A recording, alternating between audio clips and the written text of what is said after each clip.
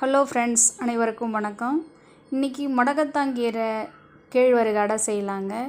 அதுக்கு தேவையான பொருட்கள்: முடக்கத்தான் கீரை சுத்தம் பண்ணி அரிஞ்சு வச்சுக்கலாம், கேழ்வரகு மாவு, வெங்காயம், உப்பு, வரமிளகாய், அந்த ஆஞ்சி வச்ச கீரையை நல்லா பொடியாக அரிஞ்சு அது கூட சேர்த்துக்கலாங்க, சீரகம், சிறிதளவு பெருங்காயத்தூள் சேர்த்துக்கலாங்க,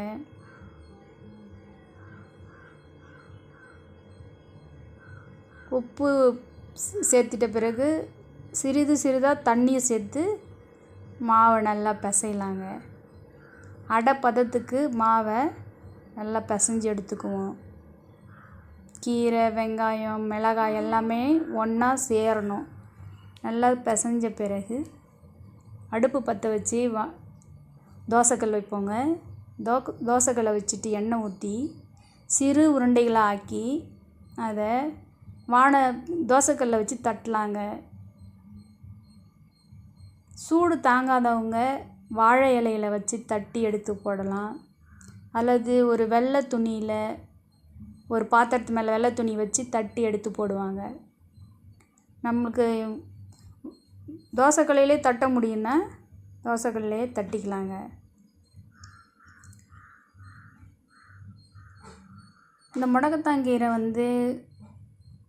முடக்குவாதத்துக்கு நல்லதுன்னு சொல்லுவாங்க. முட்டி வலி, முடக்குவாதம், எலும்பு தேய்மானம், இதுக்கு எல்லாத்துக்குமே இந்த முடக்கத்தாங்கீரை நல்லதுங்க. நான் அந்த கீரையை இது மாதிரி செஞ்சிருவேன், இல்லை துவையல் செய்வேன். செஞ்சுட்டு அந்த தண்டை அடுத்த நாள் என்ன பண்ணுவேன், அது சூப்பு வச்சுருவேங்க. அது மாதிரி இருக்கிறதுனால தான் அந்த மூட்டு வலிகள்லாம் இருந்தாலும் அதை நம்ம சமாளிச்சுக்கிட்டு வேலை செய்கிற அளவுக்கு நம்மளுக்கு சக்தி கிடைக்கிதுங்க. இதில்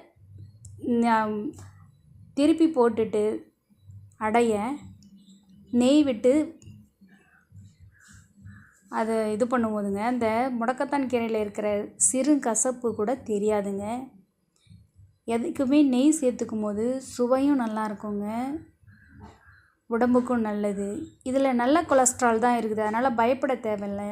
நம்ம எல்லாமே தேவையான அளவு நெய் சேர்த்து சாப்பிட்டா நமக்கு நல்லதுங்க. மனசுக்கும் அமைதி தரும்னு சொல்லுவாங்க. நெய் சித்த மருத்துவத்தில் நிறைய நெய்க்கு முக்கியத்துவம் கொடுக்குறாங்க, பயன்படுத்துகிறாங்க. இந்த முடக்கத்தான் கீரை அடையை நீங்களும் செஞ்சு பார்த்து எப்படி இருக்குதுன்னு சொல்லுங்கள் friends. Thank you for watching.